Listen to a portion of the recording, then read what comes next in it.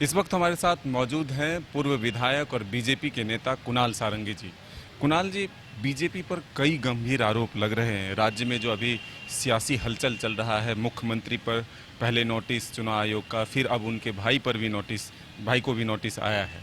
ऐसे में बीजेपी पर कई गंभीर आरोप लग रहे हैं कि सत्ता पाने के लिए बीजेपी बेचैन बैठी हुई है। देखिए, सबसे पहले तो मैं आपके माध्यम से ये स्पष्ट कर देना चाहता हूँ कि जो पूरा मामला है, इसमें माननीय मुख्यमंत्री महोदय, उनका कार्यालय, जो माइनिंग डिपार्टमेंट है उसके सचिव, तमाम विभागीय पदाधिकारी और उनके सलाहकार, ये सारे लोग संलिप्तता उनकी है, जिसके कारण आज राज्य में संभवतः स्वतंत्र भारत में ये पहली बार ऐसा हुआ है कि किसी राज्य के मुख्यमंत्री ने, जो कोइंसिडेंटली उस विभाग के मंत्री भी हैं, अपने नाम से खनिज की लीज आवंटित करवाई हो।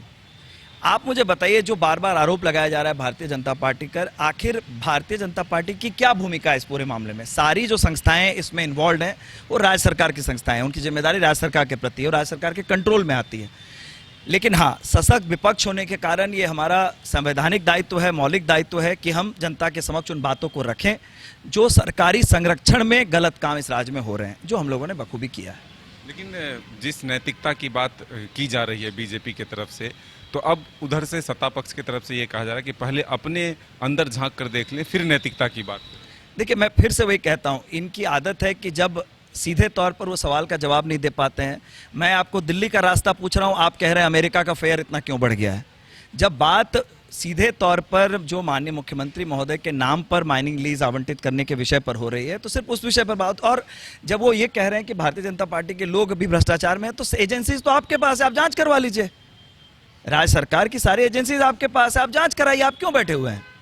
लेकिन जो विषय आज इलेक्शन कमीशन के संज्ञान में है, राज्यपाल महोदय के संज्ञान में है, जिस पर इलेक्शन कमीशन ने नोटिस भी कर दिया है, उस पर तो स्पष्टता के साथ जवाब इनको देना चाहिए। लेकिन वही बात फिर घूम फिर कर आती है। बीजेपी पर जो आरोप जेएमएम की तरफ से, कांग्रेस की तरफ से पहले लगाए जा रहे थे कि ईडी, सीबीआई, चुनाव आयोग, इन तमाम संस्थाओं के द्वारा सरकार को अस्थिर करने की कोशिश होगी, दबाव बनाया जाएगा। और अब जो स्थिति है उस पर वो उनका फिर वही आरोप है कि बस उसी संस्थाओं के द्वारा फिर से परेशान करने की, अस्थिर करने की सरकार की कोशिश हो रही है। देखिए, सबसे पहले तो मैं आपको संस्मरण दिलाना चाहूँगा, इनकी सहयोगी दल कांग्रेस के नेताओं ने कुछ दिन पहले ही कहा था कि माननीय मुख्यमंत्री महोदय ही कांग्रेस को राज्य में खत्म करना चाहते हैं। तो इनके आपस के विवाद, इनके आपस के समन्वय का अभाव, इनके आपस के अपराध, इन सारे कारणों से आज ये स्थिति उत्पन्न हुई है कि अब सारी एजेंसीज को इस संज्ञान में लेना पड़ा है, क्योंकि इतने गंभीर अपराध सरकारी संरक्षण में राज्य में हो रहे हैं। आप लॉ एंड ऑर्डर की स्थिति देख लीजिए, आप स्वास्थ्य विभाग का, लाशें तक सुरक्षित नहीं है, एक फ्रीजर नहीं चलता है जिससे एक कनाडा के फोटोग्राफर की लाश छत बिक्षत हो जाती है।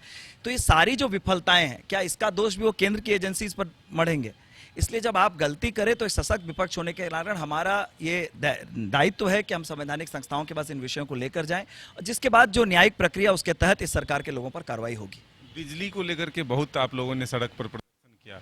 मुख्यमंत्री ने सीधे तौर पर बीजेपी को जिम्मेदार बताया और कहा कि जो राज्य के पैसे हैं केंद्र के पास, वो दिला दें, फिर राज्य के लोगों को हम बिजली दिला देंगे। देखिए, हंसी आती है, इतने गरिमापूर्ण पद पर रहकर इस तरह की हल्की बातें नहीं करनी चाहिए। जो इनके ड्यूज हैं, जो इनके रेवेन्यू कलेक्शन के सोर्सेस हैं, उसमें सरकार की क्या स्थिति किसी से छुपी नहीं है। पूरा जो बजट है उसका कितना हिस्सा इन लोगों ने मार्च के पहले खर्च किया, ये भी किसी से छुपा नहीं है। अपनी असफलताओं को छुपाने के लिए हर बार अपनी हर विफलता को केंद्र सरकार पर मढ़ देने की जो परंपरा इन लोगों ने विकसित की है, इससे राज्य का कुछ भला होने वाला नहीं है। अब तो ये भी नहीं कह सकते हैं कि कोरोना काल का डर है, या कहाँ 200 यूनिट फ्री बिजली की बात हो रही थी, अब 14 से 16% तक बिजली के टैरिफ बढ़ाए जाने की बात हो रही। तो ये किसकी विफलता है?